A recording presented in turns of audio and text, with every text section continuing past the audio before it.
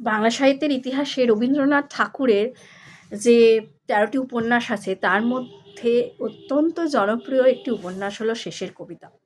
এই শেষের কবিতা সম্পর্কে আজকে কিছু আলোচনা করব। শেষের কবিতা রবীন্দ্রনাথ ঠাকুরের ৬৭ বছর বয়সে লেখা, যা ১৯২৮ খ্রিস্টাব্দের ২৫শে জুন বেঙ্গালুরু অর্থাৎ ব্যাঙ্গালোরে বসে লেখা। বৃদ্ধ বয়সে উনি লিখেছিলেন এই কবিতামূলক যে কাব্যোপন্যাস। গ্রন্থটি প্রথমে ১৩৩৫ সালে প্রবাসীতে ছাপা হয়েছিল এবং গ্রন্থাকারে প্রকাশিত হয়েছিল ১৩৩৬ বঙ্গাব্দে।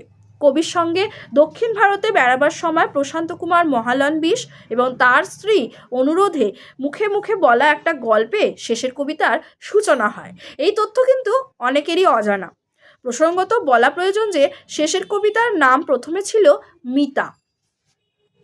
শেষের কবিতাকে কিন্তু আমরা স্যাটায়ার বা ব্যঙ্গ সাহিত্য বলে আমরা জানি। কবি প্রথমে বলতে চেয়েছিলেন, তো রবীন্দ্রনাথ বলেছিলেন কেন এমন বলার ইচ্ছে। রবীন্দ্র জীবনীকার প্রভাত কুমারের বিবেচনা বলতে চাইছে যে প্রথম যুদ্ধ হয়েছিল সেই যুদ্ধ চলাকালীন নতুন যে সাহিত্য এদেশের তরুণ সাহিত্যিকরা ছিলেন, নতুন সাহিত্যের সূচনায় তরুণ সাহিত্যিকরা ছিলেন, তাদের সম্মুখে নতুন ভাবের জগৎ খুলে দিয়েছিল এই শেষের কবিতা। এইসব ভাবের ঘাত প্রতিঘাতে তরুণ প্রাণে সাহিত্যে ও কলায় নতুন প্রেরণা আসে। নতুন কথা নতুনভাবে নতুন ভঙ্গিতে প্রকাশ করিবার জন্য তাহাদের মধ্যে ব্যাকুলতা দেখা দিয়েছিল। এই তরুণদের মতে রবীন্দ্রনাথ ছিলেন প্রাচীনপন্থী। তার সাহিত্য প্রতিভা অস্তাচলগামী ছিল, কিন্তু তারপর দেখা গেল প্রয়াস। তো সেক্ষেত্রে ঠিক এই সময় শেষের কবিতার আবির্ভাব দেখা দিল। আমরা জানি যে নতুন সাহিত্য যখন গড়ে উঠেছিল সেই সময় কল্লোল যুগীয় একটা ধারা চলছিল। তো কল্লোল সাহিত্যে কল্লোল যুগ, কালিকলম সেই সময় এসেছিল। লেখা প্রগতি এইগুলোর কিন্তু একটা সমালোচনার মধ্যে পড়েছিলেন রবীন্দ্রনাথ ঠাকুর, যা তীব্র সমালোচনার প্রতিবাদে তিনি কিন্তু তীব্রভাবে উত্তর দিয়েছিলেন তার শেষের কবিতা রচনা করে। তো সেক্ষেত্রে দেখা যায় যে শেষের কবিতা বাংলা সাহিত্য সমাজকে চকিত করে তোলে এবং অধিকন্তু এখানে তিনি নিজের এক প্রতিপক্ষ তৈরি করেছিলেন, যেটা হচ্ছে নিবারণ চক্রবর্তী একটা চরিত্র। আমরা তো জানি এখানে অমিত চরিত্র, লাবণ্য, শোভন এবং কেতকী, এই 4টে চরিত্র, এই 4 জনকে আমরা পাই। যেখানে অমিতকে আমরা পাচ্ছি, অমিতের ভূমিকায় উনি আছেন। আবার বিভিন্ন অ্যাঙ্গেল থেকে বিভিন্ন দৃষ্টিভঙ্গি থেকে দেখলে মনস্তত্ত্বমূলক একটি উপন্যাস, কাব্যোপন্যাস। এবং নিবারণ চক্রবর্তী বলে যে চরিত্রটা ছিল, সেখানে রবীন্দ্রনাথ ঠাকুর কিন্তু সেই চরিত্রের মধ্যে ঢুকেই কিন্তু তীব্রভাবে এই সমালোচনাগুলোর উত্তর দিয়েছিলেন। যাই হোক, এখানে নিজেকেই তীক্ষ্ণভাবে তিনি বিদ্ধ করতে থাকেন নিবারণ চক্রবর্তী, এবং আগের 2-1টি গল্প বা ঘরে বাইরে বা চতুরঙ্গতে আমরা দেখতে পাই যে বেশ তীব্র এবং অনেকটা স্পষ্ট হয়ে উঠেছে সেগুলো, এবং প্রতিপক্ষের অসুয়াজাত আক্রমণের জবাব কিন্তু তিনি দিয়েছিলেন এই শেষের কবিতার মাধ্যমে। মুহূর্তে সৃষ্টির নিত্যকালের ভাণ্ডারী এই তত্ত্বের ওপর শেষের কবিতার প্রতিষ্ঠা।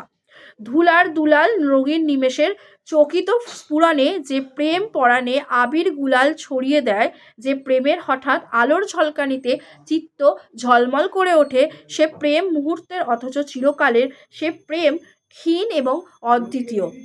সেই প্রেম হলো ইটারনাল প্রেম, যে প্রেমকে তিনি দেখিয়েছিলেন, যেটা কিন্তু অদ্বিতীয় ছিল, যে প্রেম লাবণ্য এবং অমিতের মধ্যে তিনি দেখিয়ে দিয়ে গেছেন, সেই প্রেমের মুহূর্ত কিন্তু চিরকালের মুহূর্ত, এই প্রেম শেষ হওয়ার নয়।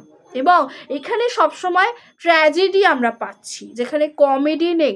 অমিত আর লাবণ্যর বিচ্ছেদ হচ্ছে এবং অমিতের বিয়ে হচ্ছে কেতকীর সাথে, যে কিনা হয়ে উঠছে অমিতের মনের মতো, অর্থাৎ লাবণ্যের মতো। এবং কেতকীকে তিনি কিন্তু ঘরে তোলা জল এবং লাবণ্যকে কিন্তু দিঘি বলেছেন। সুতরাং শোভনের সাথে আবার এই দিকে কিন্তু লাবণ্যের বিবাহের ঠিক হচ্ছে। একভাবে দেখলে প্রেমের চেয়ে মানুষ বড়, এখানে মানুষ বড় হয়ে উঠছে, আর একভাবে দেখলে মানুষের চেয়ে কিন্তু প্রেম বড় হয়ে উঠছে। বলাকার তাজমহল কবিতায় প্রেমাতিশায়ী মানুষের জয়গান এবং শেষের কবিতায় অতি মর্ত প্রেমের মহিমা স্তোত্র এখানে বর্ণনা করা হয়েছে। বইটির মধ্যে সমস্ত শ্লেষ কটাক্ষের আবরণের ভিতর রয়েছে মানব মনের একটি জটিল সুগভীর সমস্যা। প্রত্যেকটা মানুষের বা মানব মনের যদি আমরা ধরি, তো সুগভীর জটিল সমস্যাগুলো এখানে উদ্ঘাটন করা হয়েছে বা ফুটে উঠেছে। যে সমস্যা উদ্ভূত হয়েছে অমিত, লাবণ্য, কেতকী আর শোভনলাল এই 4টে চরিত্রের মধ্যে দিয়ে মর্মভেদ করে দেখা যায়। মানব মনের বিচিত্র ভাব পর্যায়ের জটিল উৎস হইতে শেষের কবিতা উৎসাহিত হইয়াছে এবং তাহা আশ্রয় করিয়াছে কয়েকটি বিশেষ মনের বিশেষ ধারাকে অবলম্বন করে। শেষের কবিতা সম্পর্কে কিছু বিশ্লেষণ করলে দেখা যাবে যে প্রথমে বুদ্ধদেব বসু একটা আলোচনায় লিখেছিলেন যে শেষের কবিতা প্রকাশের সময় বুদ্ধদেব তরুণ লেখক ছিলেন। বয়স ছিল সেই সময় তার 20 বছর। 14 বছর পরের প্রতিক্রিয়া অর্থাৎ 34 বছর বয়সে ওনার যখন বয়স ছিল, আমরা যা কিছু করবার চেষ্টা করেছিলাম, তিনি লিখছেন যে আমরা যা কিছু করবার চেষ্টা করেছিলাম অথচ ঠিক পারছিলাম না, সে সবই রবীন্দ্রনাথ করেছেন। কল্লোল সাহিত্য পত্রিকায় ওনার যে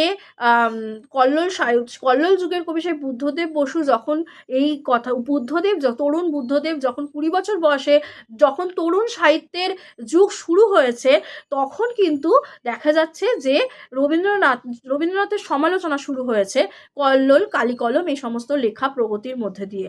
কিন্তু পরবর্তীকালে যখন দেখা গেল 34 বছর বয়সে এসে যখন দেখতে পেলেন যে শেষের কবিতা একটা ভীষণভাবে মারাত্মকভাবে উত্তর দিচ্ছে রবীন্দ্রনাথ, তখন কিন্তু তারা নিজেরাই মানতে বাধ্য হলেন। তাই তিনি লিখেও গেছেন যে কি সহজে, কি সম্পূর্ণ করে, কি অনিন্দ সুন্দর ভঙ্গিতে তিনি এই সমস্ত কিছু বলে গেছেন। মনে হলো বইটা যেন আমাদের অর্থাৎ নবীন লেখকদের উদ্দেশ্য করে লেখা, আমাদেরই শিক্ষা দেওয়ার জন্য এটি গুরুদেবের তীব্র মধুর ভর্ৎসনা। অবাক হয়ে দেখলেও রবীন্দ্রনাথের আধুনিক মূর্তি, সে যে আমাদের চেয়েও ঢের বেশি আধুনিক। অর্থাৎ রবীন্দ্রনাথকে বৃদ্ধ বলে যে কটাক্ষ করা হয়েছিল, এখানে এসে সব কিছু কিন্তু দুমড়ে মুচড়ে একাকার হয়ে গেল। দ্বিতীয়ত হলো বিশিষ্ট ঐতিহাসিক ও রবীন্দ্র সমালোচক ডক্টর নিহার রঞ্জন রায়ের বক্তব্য ছিল, তিনি শেষের কবিতা সম্বন্ধে দীর্ঘ আলোচনার পর বলেছিলেন যে শেষের কবিতা বাংলাদেশের একান্ত সাম্প্রতিককালের কোনো শ্রেণী বিশেষের নরনারীর জটিল প্রেমলীলার এক অপূর্ব কাব্য। যে বয়সে তরুণ তরুণীর মানসিক দ্বন্দ্বের ইতিহাস রবীন্দ্রনাথ আমাদের সামনে তুলে ধরেছেন, রূপে রসে ফুটিয়ে তুলেছিলেন, সে যুগে তিনি তখন যুবক ছিলেন এবং যুবক মনের দ্বন্দ্ব তাহার জানা সহজ ছিল। সে যুগে এসব সমস্যা ছিল না, সে যুগের আবহাওয়া আবেষ্টন এই রকম ছিল না। কিন্তু শেষের কবিতা পড়ে মনে হয় যে এ কি অদ্ভুত প্রতিভা, কি অপূর্ব বুদ্ধি ও কল্পনার ঐশ্বর্যমণ্ডিত এবং কি সূক্ষ্ম দৃষ্টির ক্ষমতা, যার বলে তিনি এক দুস্তর কালসমুদ্র পার হয়েই একান্ত আধুনিক, বর্তমানে অতি আধুনিক, শিক্ষিত, মার্জিত, ভদ্র বুদ্ধিজীবী সম্প্রদায় এবং উচ্চ মধ্যবিত্ত তরুণ তরুণীর মন ও হৃদয়ের মধ্যে নিজের বাসা বেঁধেছেন বা বাসা করে নিয়েছেন। যাই হোক, শেষের কবিতার আলোচনা এইখানেই আজকে শেষ করছি। শেষের কবিতা দেখতে গেলে এই উপন্যাস ছিল রবীন্দ্রনাথের জীবনের সবথেকে বড় উপন্যাস, সবথেকে বড় উত্তর, এবং তিনি যে বৃদ্ধ বয়সে 67 বছর বয়সেও যে তিনি কত আধুনিক ছিলেন, অতি আধুনিক ছিলেন, তা তিনি এই উপন্যাসের মধ্যে দিয়ে প্রমাণ করে গেছেন। তো আজকের আলোচনা শেষের কবিতার এই পর্যন্তই। পরের ভিডিও থাকবে অন্য কোনো উপন্যাসের ওপর আলোচনা। Thank you. যদি আমার আলোচনাগুলো ভালো লেগে থাকে, চ্যানেল অবশ্যই সাবস্ক্রাইব করে দিলে আমার ভালো লাগবে। Thank you.